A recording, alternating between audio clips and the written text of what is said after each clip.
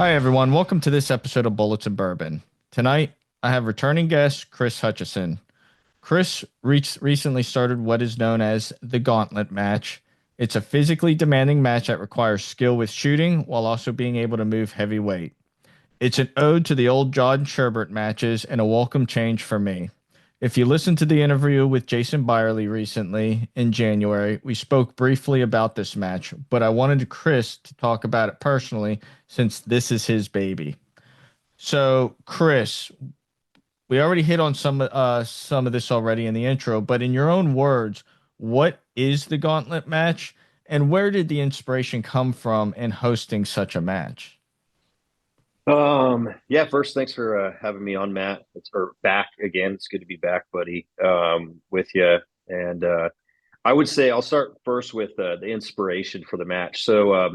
I have shot pretty much any type of these tactical fitness matches that are out there. I've shot the tactical early tactical games. I've shot the Rumbles, the Battle Rattles, the Proving Grounds, the SFA matches. Even I would say part of the Duskin is this, and I have fallen in love with these sort of matches. One, I think for a lot of people, especially in our area, is we have a very high concentration of military, and a lot of military don't get to, or and I would say law enforcement too, but they don't get to test their gear out like these sort of matches. Things are a lot more bayish, straightforward, have to stay online with everybody, especially if you're a conventional Army or Marines. There's a lot of rules and stuff. And so as I started doing these matches, I love fitness and I love shooting and kind of combining them together and stressing yourself um, physically to the point where you still have to perform, shooting, remember stage plans, remember targets and stuff. I think that's something that really stood out to me. I'm 18 plus years in the Army, about to retire. I've been in special operations the whole time with 11 deployments between the 75th Ranger Regiment and the Special Missions Unit. And so I saw a lot of value in these matches, not only for what I was doing in my current job, but then just in my competition shooting world was a big part of it. And then really the matches, I got to give it all to Jason Byerly and John Sherbert. Jason started these matches really 10 years ago out there at Zoo City. I think that they originally called them the Battle Rattle, and they had like no idea. I mean, he'll tell you, he's like, we had no idea what we were doing, dude. We were just like, okay, do 10 burpees, and then they'd go shoot and stuff, and they kind of figured it out. And then John took it to uh, the range complex and ran the Battle Rattle there for a long time. And then when he went over to Griffin Group, is where he started the Rumbles. And so, I mean, really, I would say 98% of this match is based very heavily on what John was doing with the Rumbles, and kind of continued that, little tweaks here and there, more personal flavor. But that's really where the matches kind of came from, is what those guys were doing for so long. No, and that's awesome. Like, and I've done some of the tactical game matches. I've never done proving grounds. I've shot Duskin. Um, I never did take the opportunity to shoot any John's matches. And I kind of regret that just because like they, you know, everything I heard about them was just awesome. And after shooting your match, quite honestly, I wish there were more matches like this in this specific format because, um, it really tests your ability and tests your ability to think while under duress and being able to make the right decision with shooting. Because, like, in three gun, especially with Jason Byerly matches, those are thinking matches. You Yeah. can't just Yep. you just can't expect to go turn and burn the entire time.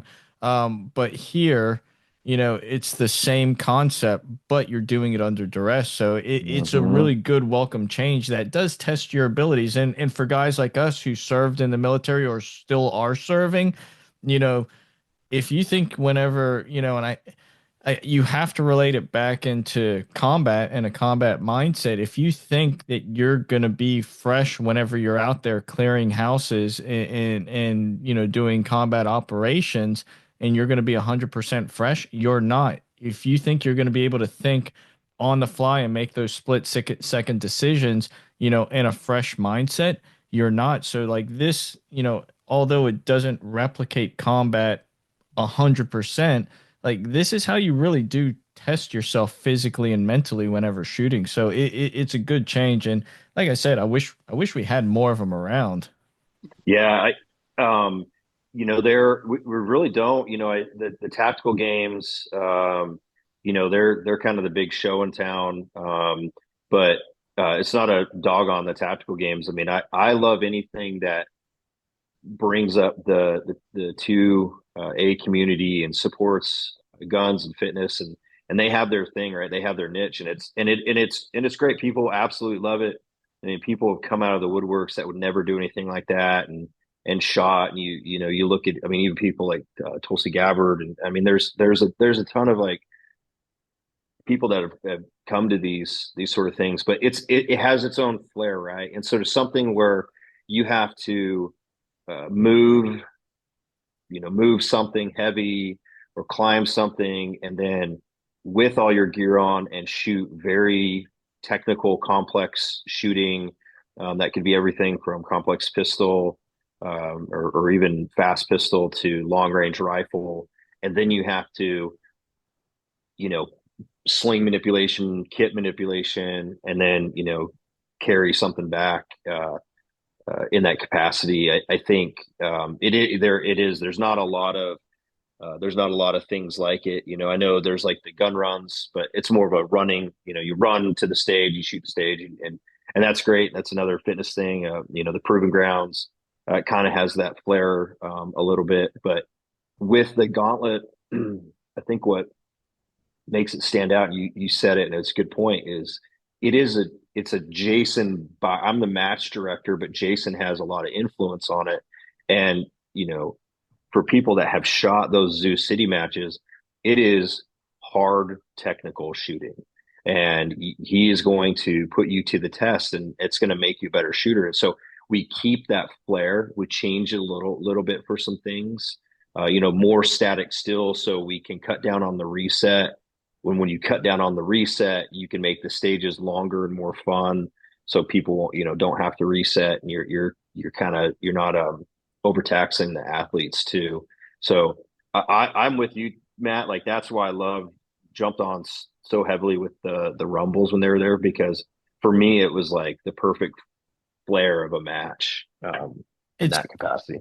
in like you, it's like, I think we both agree, and you've already hit this. Like, if you have a passion for fitness and you have a passion for shooting, this is this is realistically the type of match, that you want to shoot. I remember stage one, it was carrying for my division, picking up a 100-pound sandbag, running up 50 yards, running back, dropping it, shooting rifle. Then you have to pick that bag back up and then run to the next shooting area, drop the bag, shoot pistol, run back, get the bag, and carry it across the finish line. That's you're testing yourself aerobically, with weight on, and then the next stage Mm-hmm. you're having to drag heavy weight a good distance and then go into shooting and then drag that weight back once you're done with shooting. And you're testing each part of the body, while having to move. And you know it's if you're into the fitness side, it's great. The tactical games, they're great too, if you like that. It's more static. It has more bullseye-esque style shooting, um, and it's more CrossFit. I would say, Mm-hmm. they target the CrossFit community, and it's fun in its own way. And there's good people there. But this, I think, it's a true test of someone's ability to shoot technically on their own. Yeah. No, and it is. And the one thing, that's different than this match than like tactical games are, you're running by yourself. You're not Hmm. in a bay with, four other people. And down and back, and you're not shooting, anything static or you know, even with stage three where you were shooting static pistol, you were shooting strong hand, weak hand, and then you're shooting freestyle, and then and it was supposed to be technical but fast, and then some hard rifle stuff with strong and sports side rifle. So And and the cool there, thing with that is you at the beginning is you're running uphill, to the shooting position with like for heroic division with 260-pound dumbbells. For Mhm. legendary, I want to say it was what, 280-pound They dumbbells. were 80s, yeah. So you're you're you're burning out your forearms. You're burning Yes. your grip out, and you're testing somebody's ability to still shoot with the fundamentals and hitting hard targets. Yeah, and that was the 100% intent. Before the Duskin this last year, I always shoot heavy for the Duskin. And so I would go train at Matt Martini's house with 95s. And what I would do is I started with like 30 seconds. I worked up to 60, and I would do static holds with 95 pounds. And then when that timer would go off, I would drop, and I would have to either draw a load, and then I would just shoot a plate rack at like 15 yards. And it significantly changed the dynamic. I mean, I remember the first time doing it. I think I only done it for like 30 seconds. I physically couldn't pull the trigger. Like I was like trying to move the gun to pull the trigger. And so that's where that kind of came from, is like, man, let's tax your grip strength and then make you shoot, strong and weak side pistol and kind of earn that. And so that's kind of really the only static stage, but I balance that with the fitness portion of it as well.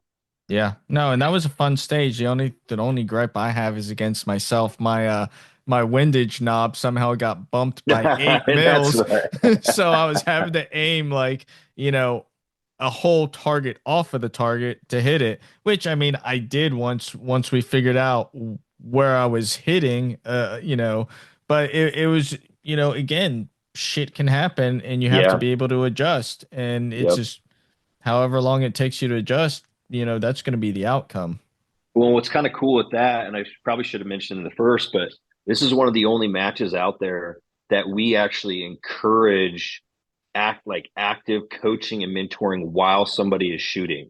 Yeah. So because you still have to do the thing, right? It's different than if you're shooting USPSA or three gun and you forget that clay or that static still in a jungle run, with the competitiveness. Like here, especially where you're talking about rifle, where I made you guys shoot strong side and support side rifle, and if you would have just been sitting there just shooting and shooting and shooting, you can't see your hits. But being able to have people correct your windage and help you get on target, one, it helps. I just think that's such a fun way to shoot a match, Hmm. where people can cheer you on and people can help you out as long as you're not stepping on the ROs. But then Yep. two, it helps you figure out like, oh man, I know I am, with like 8 clicks, I'm probably, you know, 18 inches off or whatever, make those adjustments and still be able to finish and stuff. So that's another, and that was a Sherbism that came from Sherb. He used to call it the spirit of the Rumble. And we've kind of continued that with the spirit of the Gauntlet. Is this matches to, yeah, it's again, it's a competition, but it's to test yourself, test your stuff, and you shouldn't, if you forget a target or you're can't hit on long range, having the ability for somebody to teach and coach and mentor you, will go a long ways. So Well, I also look at it as, there's a lot of new shooters that showed up to this match, some who had never shot a competition. And I remember in the old three gun days, it didn't matter if you were a new shooter or not, there's no coaching allowed. And yeah. this gives such an inviting, it gives an inviting experience to those newer shooters to want to keep coming back and legitimately learn how to do something new that they've never done before. Mm-hmm. They have the fitness side down. Most of them, some of them have some shooting experience, but you're putting the two together, and you're really giving them, you and I have been competing for many years, so we know how to shoot, we know how to adjust on the fly. But to a lot of the new shooters, they're just going to keep shooting and shooting Hmm. and shooting, and then they're going to run out of ammo, and then they're going to get frustrated, and they're going to be like, man, this was stupid. I'm not coming back to this. And, Yeah. and that's what you don't want to have. So by having the coaching aspect to it within a competitive environment, one, it makes it safer. Yeah. And two, it gives them that sense of accomplishment at the end of the match. Like, wow, this is where I was at, and this is where I Hmm. got to, just by people who know what they're doing helping me out. Yeah. Which, Yeah. which is 100%. kind of like a pro-am experience, Hmm. which is what a pro-am should be. You have a bunch of guys who know what's going on, assisting you along the way. Yeah. And that's what, doing these in the past, especially with like the Rumbles, like shooting wise, like, I don't need any coaching or whatever. But what was awesome is, especially when it was something that was very, very heavy. And, I remember one stage we got to, it was one of our last stages of the day. It was me and Scott Thomas and RJ McVoy was there. And the ROs were like, not one person has finished this stage yet, not one. And all the other divisions. And we were shooting the elite, the heavy division is what his was. And you know, the three of us were the only three to finish. And I'm talking like he had 4 minute par times and it was like crossing the finish line at 350. But having people out there like walking next to you and like, let's go, come on, like, pick it up. Like there's something awesome about that. Because it would suck to do a fitness style match and everybody just has to stay silent and they just watch you, Yep. like Yep. and critique you. And it's like that's not what this is about. It's about the camaraderie and the friendships and the um I guess just the spirit of the community it, that is around even the Zoo City folks, the zoo crew and all the North Carolina. I think it's super important. No, absolutely. So, what would you say some of the initial limitations were when planning and coordinating for this match, and how did you resolve them? I would say the major limitation was the targetry. So Jason and Zoo City had built their big 3-gun match at Coleman's Creek the weekend before, and so everything was out there. And so as I started building, and I took a week to build, I was able to take some of the stages, but really I couldn't do a whole lot until I started getting the steel back and that stuff, and then once I got the targetry, it went pretty well. It went pretty fast. I think the other limitation was uh, I so I've shot all these sort of matches in like the elite division, and I've won all of them except for one Rumble I took second. And so I look at the match different. And having talks with Jason is I have to build the match to kind of the mid pack shooter, and those better shooters are just going to shoot faster, they're going to move the weight faster, that sort of thing.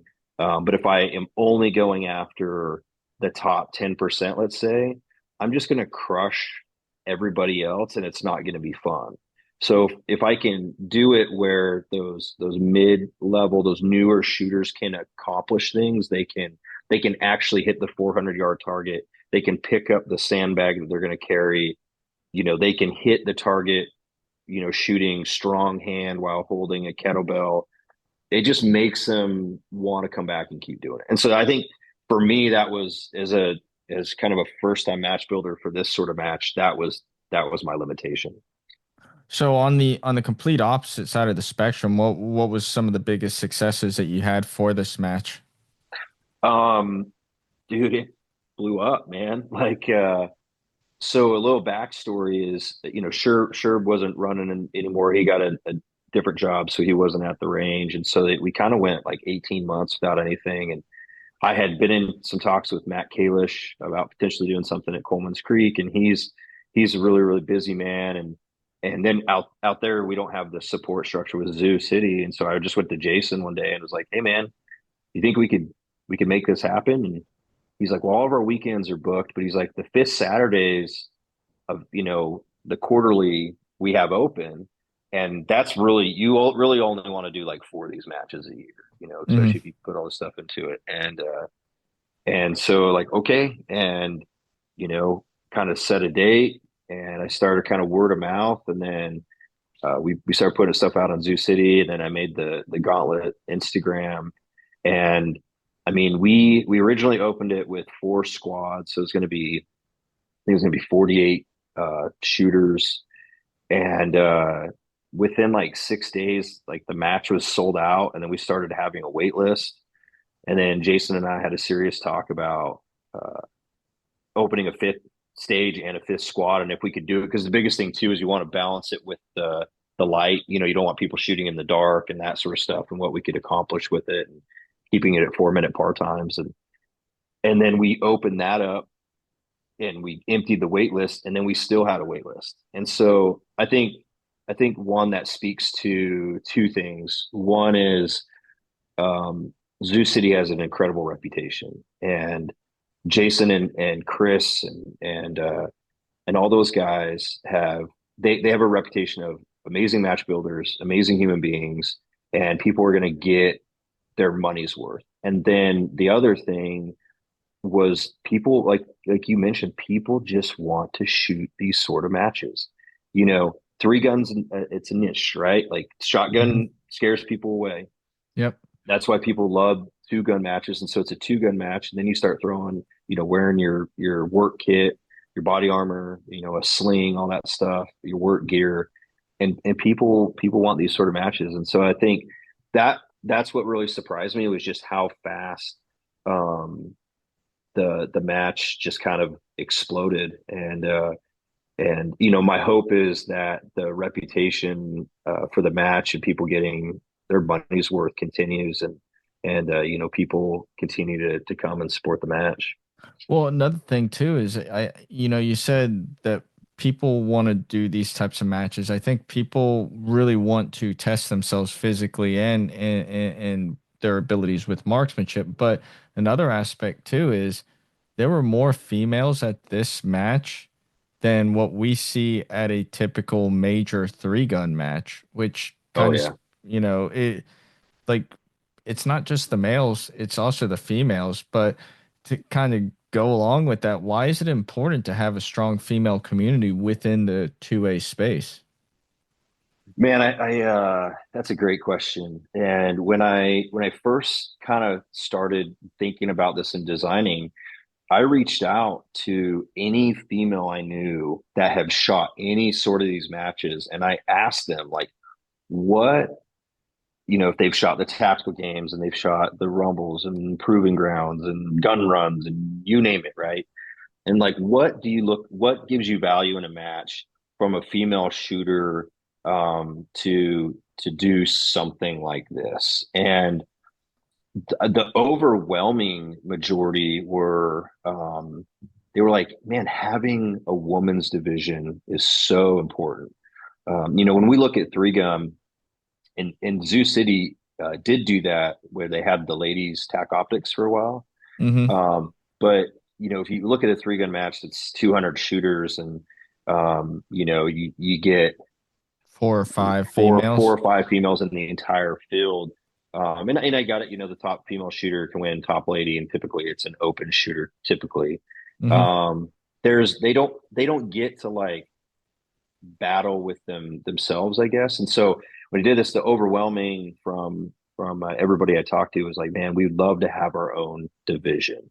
And and so what I did with that is I really started asking like the questions of, what do you think the your kit should weigh? What should the kit weigh? And I would start 14, 12, 10 pounds. What's kind of the like, for somebody that's 135, 140 pounds, that sort of thing. And then I even started asking, what would the limitation for like a sandbag be that would, and so I really kind of took a poll and put that together. But to also go with your question with the females, is like, and they're a huge integral part of the two off community, and there's so many amazing female shooters and I mean, there's amazing female Marines and females in all. I mean, every special operations that there is now, and law enforcement, and so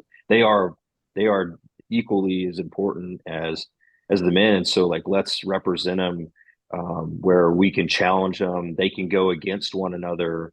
Um, you know, cheer each other on. I think one squad had four female athletes, and like two of them were new shooters. And just to watch them like cheering each other on and giving each other tips on how to get the sandbag up and that sort of thing, like that's important to me. Is getting out of this quote unquote men's club and making it a 50-50.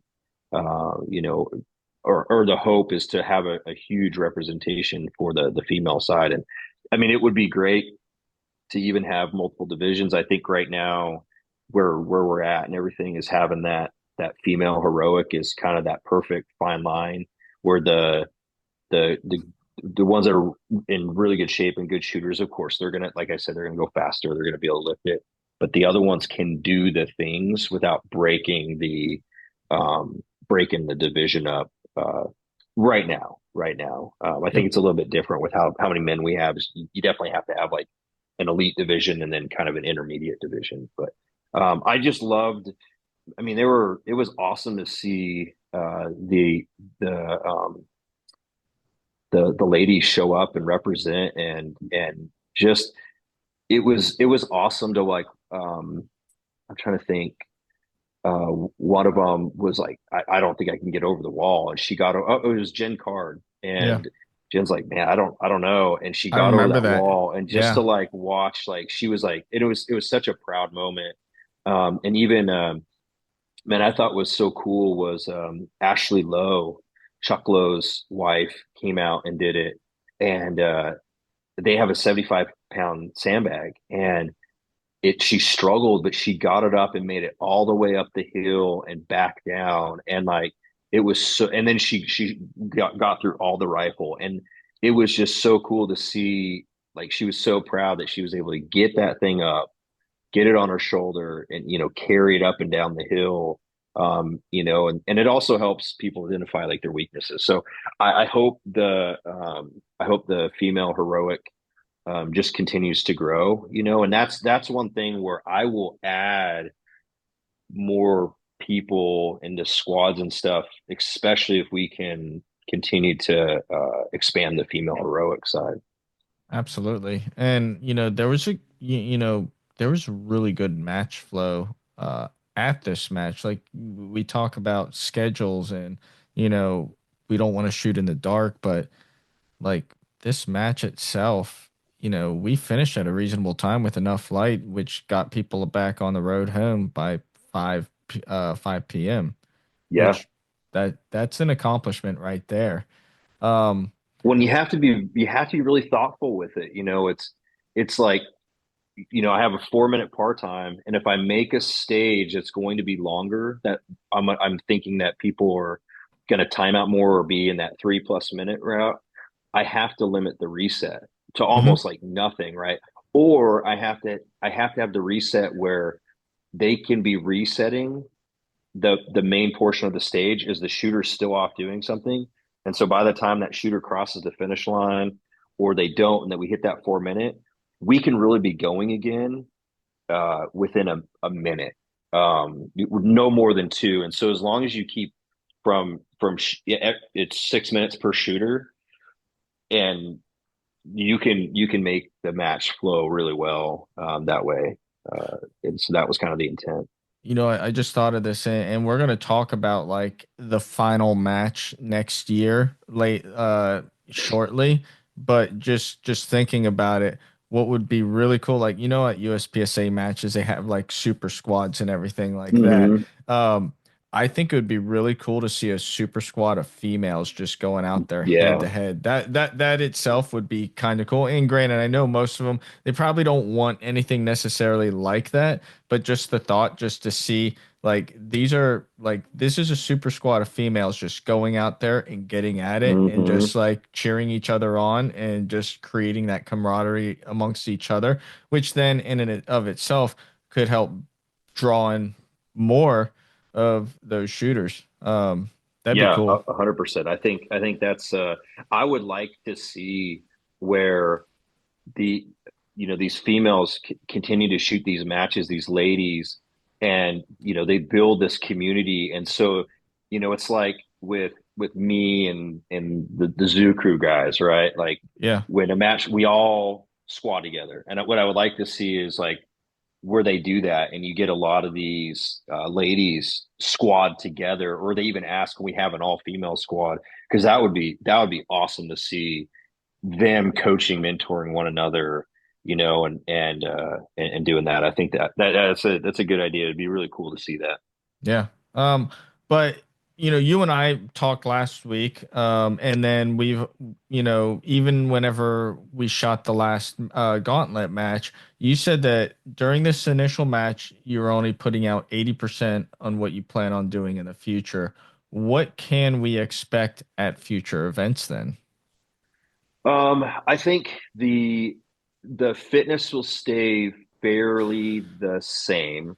I'm not gonna do repetitive things where you like just throw a sandbag back and forth over like an implement. Like, I'm going to make you pick up those sort of, you can always, there's going to be sleds, there's going to be a rope climb at some point, there's going to be walls, there's going to be sandbags. And then this next time, there's going to be some odd object stuff. Could be anything from a telephone pole to, something that's not normal to carry. That's going to stay Felt. pretty, well, yeah.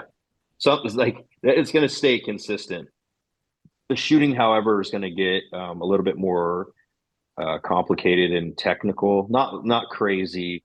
Um, I definitely think I underestimated what people could do under stress and made some stuff a little bit too big. Should have done, especially with pistol. I needed to do a lot more pistol stuff. That will be a big portion, especially if I'm having people shoot like a strong hand pistol while carrying something or anything like that. It'll be a lot more moving and shooting. I want to keep people moving. That's my other thing with this match is I don't want people to be static unless I'm really really challenging you on shooting, right? So like if I'm doing like a lot of like weak hand shooting, or I'm going to make you shoot a plate at 50 yards through every port of a VTAC. Okay, I got it. Like static, that's fine. But I want people to be able to move and shoot, and I really want people to have to work for the shooting aspect of it. So when I say 80%, it's definitely going the shooting aspect will be amplified a lot more. And for this next one too, there's probably there I'm gonna have another burner stage. I'm gonna make the burner stage a lot more complicated. I've already put out there's gonna be a double Texas star for sure, and I would like to have a Polish plate rack in there at some point.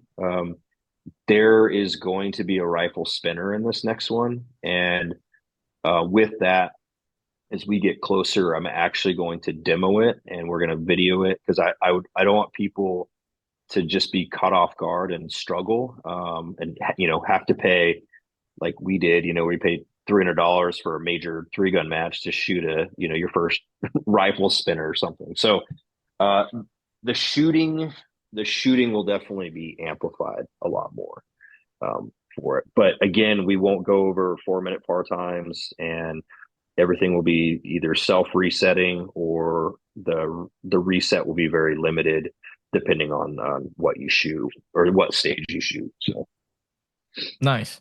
So we kind of touched that there's going to be a finale at the end of the year. So what are your plans when you host this larger event?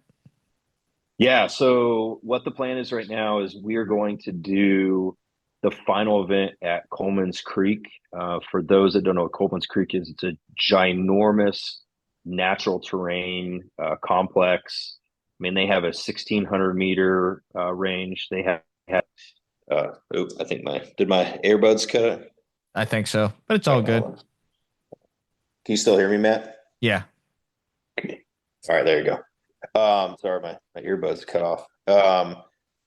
So it'll be a lot of natural terrain. Well, the fall brawl will be built the week before, and so I'll be able to come in and keep some of the stages.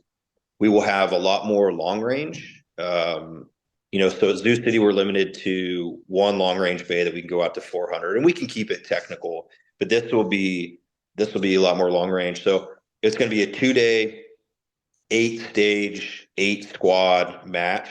So you'll shoot 4 on Saturday, 4 on Sunday. And with that, 2 of the stages will be total burner stages. So there will be no fitness associated with it. The fitness will be running your little fanny off, shooting pistol and rifle, and probably some technical long range sort of thing. So we'll give kind of that 2 gun flare or Zoo City style flare with shooting, and we'll have 6 physical stages. The other intent with that as well is, we'll have definitely more sponsors. The trophies they're completely different and bigger, more special. But the plan is to do Saturday night is to do a shoot off, just like we do for the 3 gun. So it'll be a separate match. You sign up, pay. It'll be a cash or cash, whatever you call it, cash prize for the winners. But it will be 2 gun format. But you'll have to do like a physical stuff in between. So if that's carrying a sandbag all the way down to your rifle position, and then you shoot the rifle, offhand rifle at a plate rack, you carry it back, and then you have to grab, heavy dumbbells, and you go shoot your pistol portion. So that it's going to be shoot off style, but like that. And so, yeah, it'll be 2 days, 8 stages, 8 squads, a lot more shooting, a lot more long range shooting. And it'll be a totally different venue. This venue is amazing. Matt's been there. So we'll just kind of change it up a little bit for the championship and have some fun. So No, I'm looking forward to this entire experience this next year. And just so the listeners know, so this is what the 2025 match schedule looks like. March 29th is going to be the first match of the year, then May 31st, then you got August 30th, and you got November 29th. So you got essentially one gauntlet match a quarter, yep. which gives you enough time to prepare, gives you enough time to recover, and just continue on. And the November 29th match is going to be the big one at Coleman's Creek. So I'm excited for this entire year. It's kind of reinvigorated me. I was telling Chris before we started, like, and for the listeners, this past year, I don't want to say I've taken a break from shooting, but I've taken a bit more of a break, more time off of shooting. But coming out to Chris's match has definitely gotten me excited about shooting again and just being amongst the community. Like it was a really good reminder of the type of people we do have in our community, especially in the North Carolina Zoo Crew guys. Like you're not going to get a better group of people in an area, and it's truly welcoming and a breath of fresh air to come out and do something like this that really does test your abilities, and just allows you to have fun. Yeah, dude, it was like so awesome to see you there. I know once you transitioned out of the Marines, and you were busy doing other stuff, and didn't see you around the shooting community. I knew you were doing like a gun run here and there, and you were doing like some tactical game stuff. But it was fun to have you come down, and it is nice to. Don't get me wrong, man. I love 3 gun. I love 2 gun. I love that stuff, but it's it's just fun to me to have something else, and even if that something else is me smoking the crap out of myself for 8 hours, and I think there's something special about that, and so we'll definitely keep that kind of that thing alive. So So another aspect too, like, after I got done with the gun run, like I posted pretty much every single stage video just to show people what the gauntlet was about.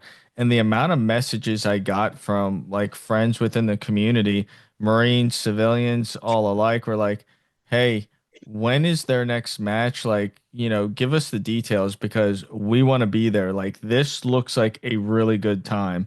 Mhm. So to see other people get excited about it, it's like, man, I'm gonna have all my friends there between the North Carolina, the Virginia, the Marines. Is like this is pretty awesome. So like, Yeah, that's I, good to hear. yeah, and I'm gonna be at every one, and it sucks that not everybody's gonna be able to get in because yeah, like I see this match selling out every single time, Hmm. which is a good thing because it just gets people excited. Yeah.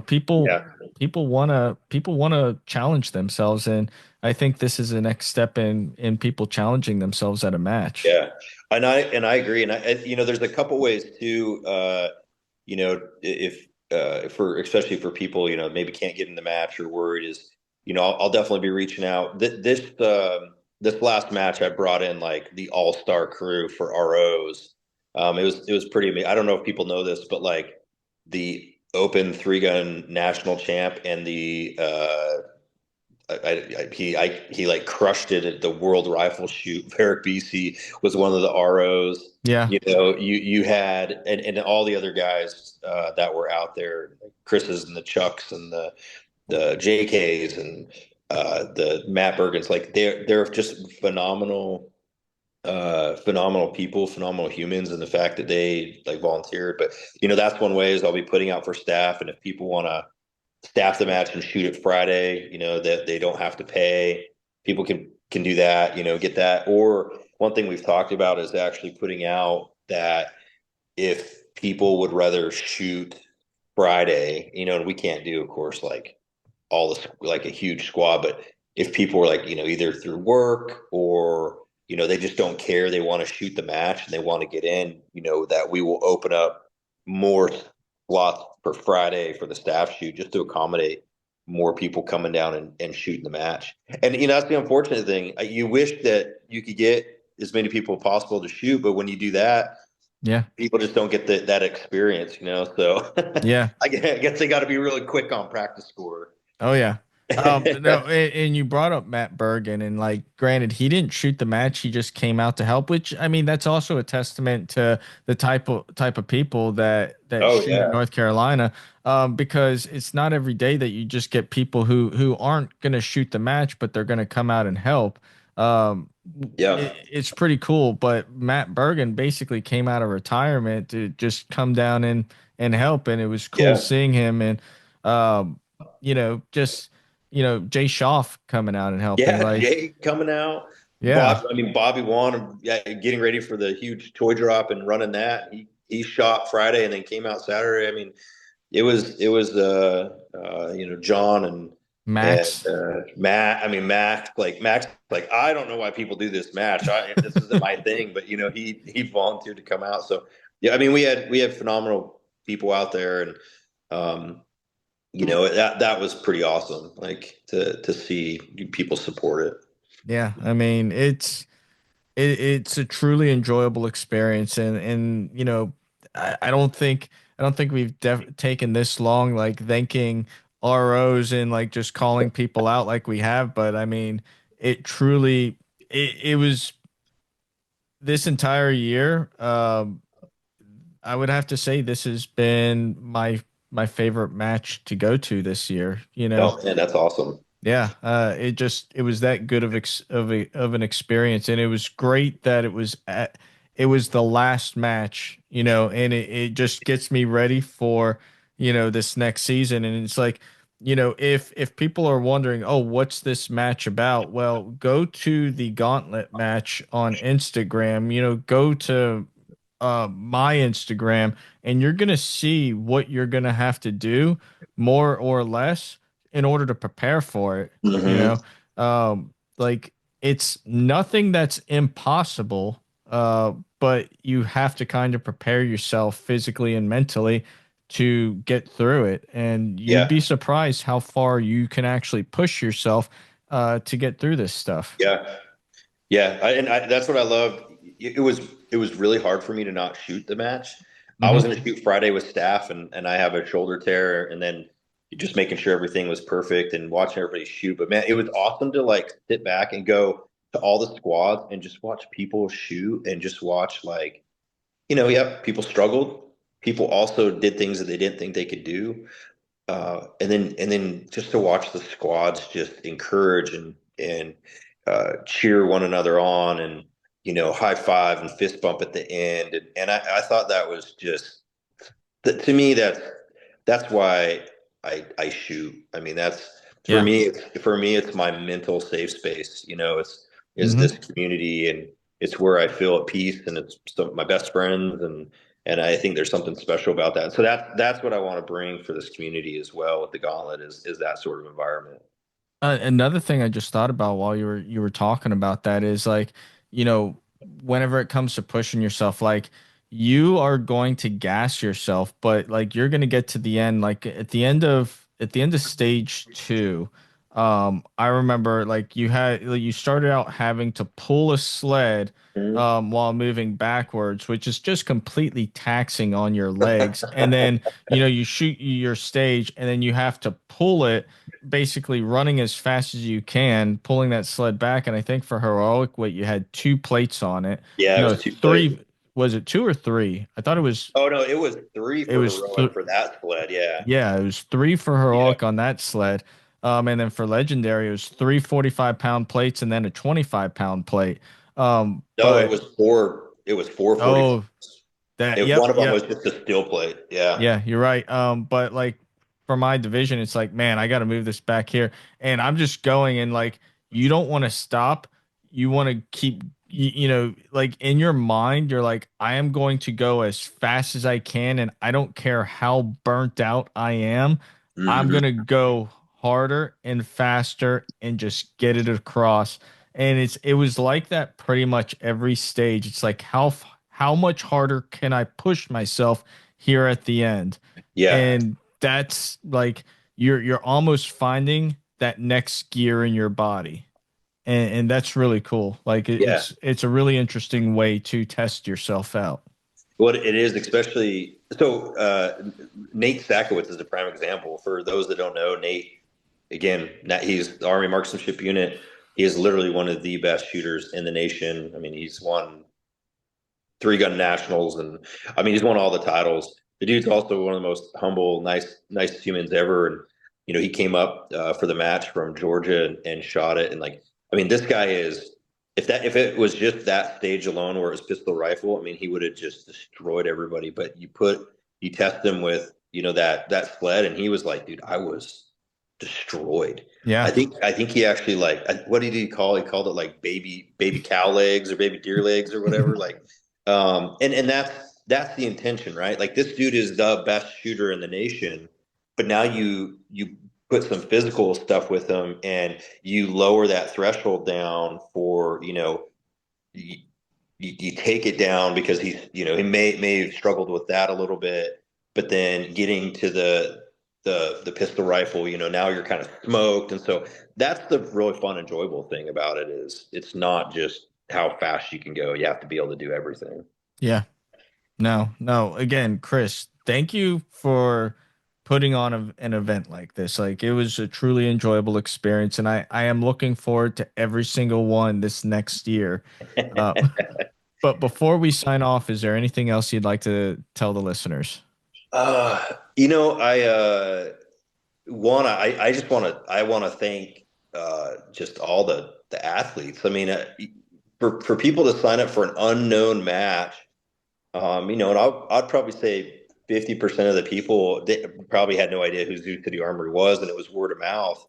Um, I just got to thank the athletes for trusting, you paying $100 to come get smoked and shoot it. And I think that's an amazing thing. The other one of the other big people I mean, I first think is used to the Army guys, but Patrick Court, man, like dude, Patrick Yes. Court showed up. I mean, we came out, we made that first initial promo video. We just invited just a big plethora of different people, including John Dara, who is the owner of Dara Holsters, who sponsored the match. And we came out and we did these little filming things, just little snippets of like what maybe people could see. And he put these promo videos together. And, we started posting those. And then, he shot Friday and came out and did all the videoing and pictures. And I mean, dude, he's doing this out of his own pocket. And he has such a passion for the community. And he's such a good dude. I can't thank Patrick enough for coming out and doing that. And then just, I mean, it was just awesome to see the support, especially from the Dara Holsters guy. That their whole company are just, I mean, I think like half of their company came out and shot the match, and I thought that was really awesome, and big. We had multiple dudes that had just shot the Tactical Games Nationals like 2 weeks before, and I'm sure they were like crushed. And Jason and Jacob and some of the other ones showed up and performed. I thought that was awesome, man. But I'm excited for what the future holds.